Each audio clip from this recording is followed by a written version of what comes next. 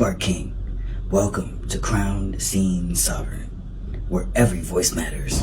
Hey guys, thanks for joining us this week. I'm here with Saint-Osei, a good friend of mine. You want to introduce yourself to the people? Yeah, sure. I'm Saint-Osei, he, him.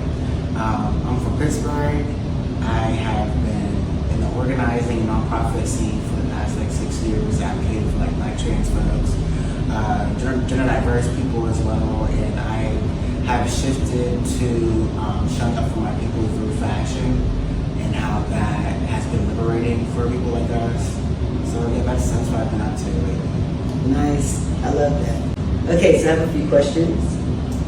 What does community mean to you? Community for me is somewhere you feel comfortable, somewhere where you can be your authentic self, and people don't look at you funny, and you can be comfortable, you can be relaxed, and not every space is like that, So I feel like community is definitely somewhere you feel safe, where you feel comfortable, where you can be yourself, where everyone can just take you as who you are, and there's no judgment behind that. There's not a big question about, what are you, or this and that. It's just your real self, your raw self, and there's no filter on that. Absolutely. I like that. When did you feel the most seen as your true self? Yeah. I'm gonna get emotional. I do feel like Pittsburgh, there's much more improvement on that, but I feel like one time I felt like, seen as my true self was around the Thanksgiving last year. I had my honey blonde bust down on my outfit, and he was hyping me up. No one's like, okay, well, are you a boy? Are you a girl? Like, what are you? You know what I'm saying? Like, there's no one questioning me like that. You know what I'm saying? Because I'm Saint-Osei. I don't have a label to it, and it just was nice that I can show up as my true self. Because even in the workplaces, sometimes I have experience, I can't show up like that even if I want to show up like that. It's not safe for me to do so. So being in a space where the people like me, and if they aren't like me, they're not looking at me crazy, they're not asking me much questions, they're just taking me how I am. And that's what I felt really seen like that, because there's been, like I said, certain side I can't always show. So getting to be able to show that side of me, and I'm not in danger. I'm not, this other traumatic things that can happen whenever you are your true self, that didn't happen. And it's been the complete opposite of that. So I feel that's probably one thing, the Thanksgiving happened inside her last year. Yes, it is. I'm sorry that there have been so many traumatic experiences. It's not fair for us as trans people or just as people, period. What is something that your younger self needed to hear?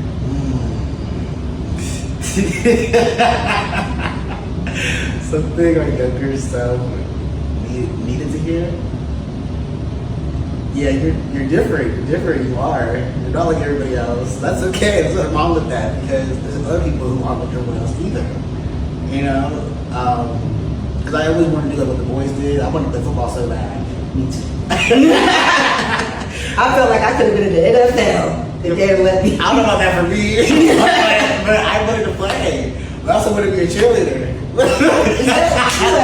was hired for a costume switch real quick. But yeah, that didn't happen, obviously. But just always wanted to do a bit of both. Always been like that, and just let myself know there's nothing wrong with you. It's okay, because a lot of people follow what other people do, and that's what they want to do. Sure, but you don't have to do all that. You don't have to try to be or try to fit in, because even in my K through 12, it was predominantly white. It was 1,600 kids in my high school. I could count Black people on 2 hands, and Latinos, Mexicans, that was even fewer. So you around certain environments, especially in a rural area, how their mindset can be. So, and you don't need to be like anyone else. Being your authentic self is enough. It's more than enough, really, because a lot of people don't even do that. They don't even be their authentic selves. They follow the trend, they follow what they like, or what they see on social media, or whatever. And just being your authentic true self, and not wrong with that. Just keep doing that. Absolutely. I love these answers. Thank you. All right, the last question. What does unconditional self-love look like in your daily life? Unconditional self-love for me looks like daily. Not being too hard on myself, knowing how my existence is enough in itself, but also I take it as accountability for myself too.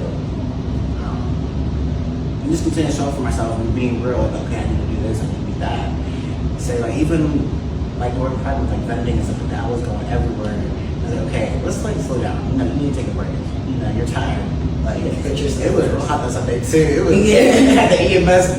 People were past dropping my flies, but like just being real. Okay, you need to stop, drink some water, take a breather. It's real easy to get anxious and get amped up about things and get really excited. And it's just you got to center yourself.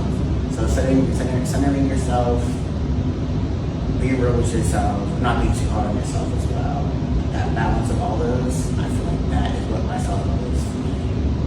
I love that. Thank you so much. Can I have a hug? Yeah, sure. Awesome.